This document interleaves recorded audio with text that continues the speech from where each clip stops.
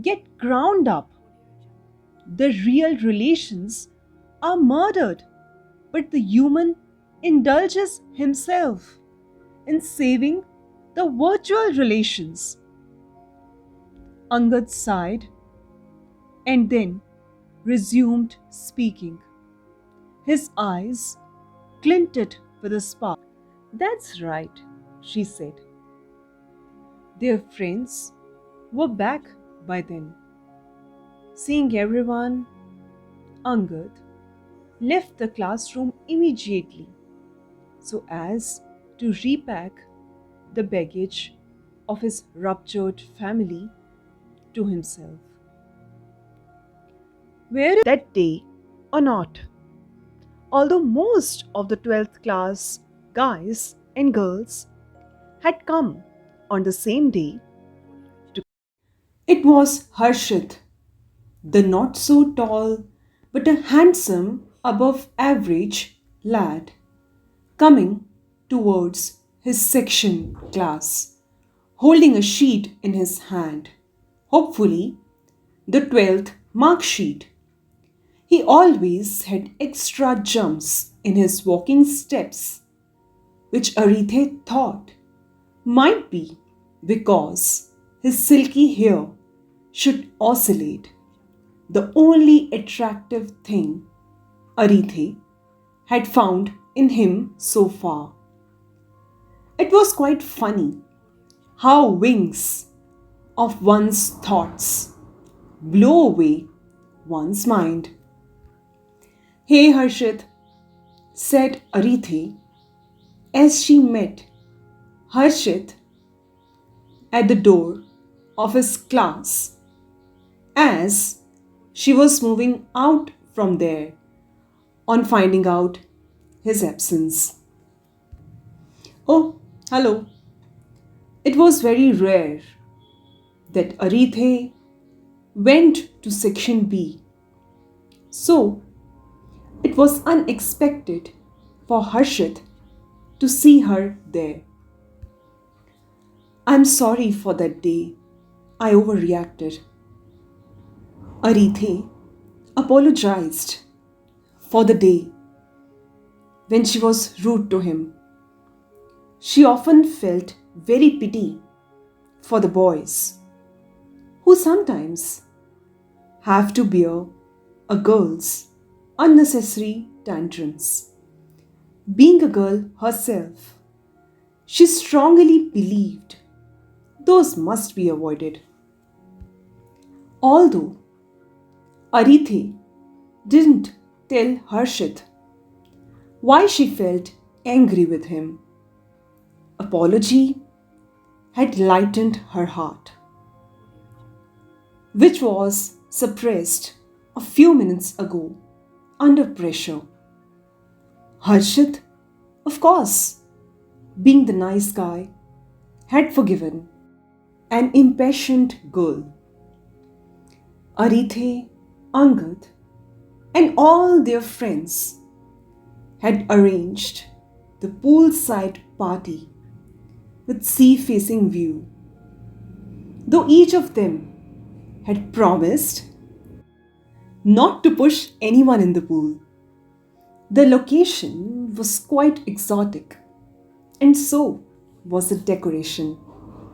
Trees were twinkling with colorful lights, trendy hanging glass lampshades, colorful lilies and roses.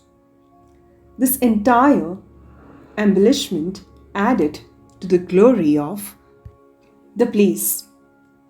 The pool boundary was adorned with natural flowers kept in small designer cages. The glass lamps kept aside were so much elegant to look at. Whosoever entered the venue just couldn't stop admiring the place. Everyone was nicely dressed up in Western. Boys were looking handsome hunks, and girls the beauties. The party place astounded with banter and laughter. Both Angad and Arithe were welcomed with all the teases and hooting noises. Now both of them are trapped, said Anita. They are definitely going to blast IC as well with their fights, Ravi said, howling. Hope their new mates never leave them alone, as one of both of them would definitely go injured hitting another with a heavy hammer, said Meera, laughing out loud. Although both Angad and Arithe had always ignored such booing in the past. This had been an entirely unlike situation which even they couldn't set aside. Neither of them could utter a word, nor were they able to face each other. Arithe's cheeks went pink, matching exactly the color of her dress, which looked fabulous at her. She had worn a glittering, high neck, thigh slit pink gown. Her diamond earrings and loose hair curls caught everyone's attention. Angad was trying to get his eyes off Arithe, whose presence and beauty had completely taken over his mind in the party.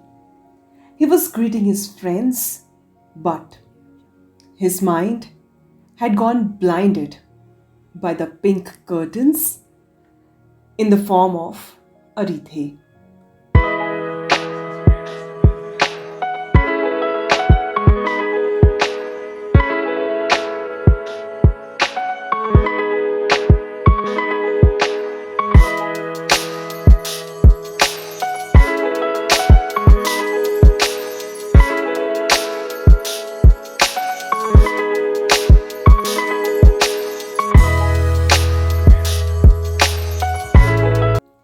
It was a special feeling for both of them when their usual schoolmates' behavior was overcoming the newly emerging, unconfirmed sensual emotions.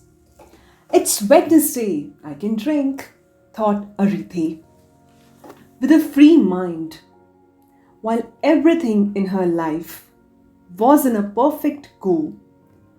Holding a glass of champagne, Arithe felt sexy from inside. She was already looking beautiful in her dress,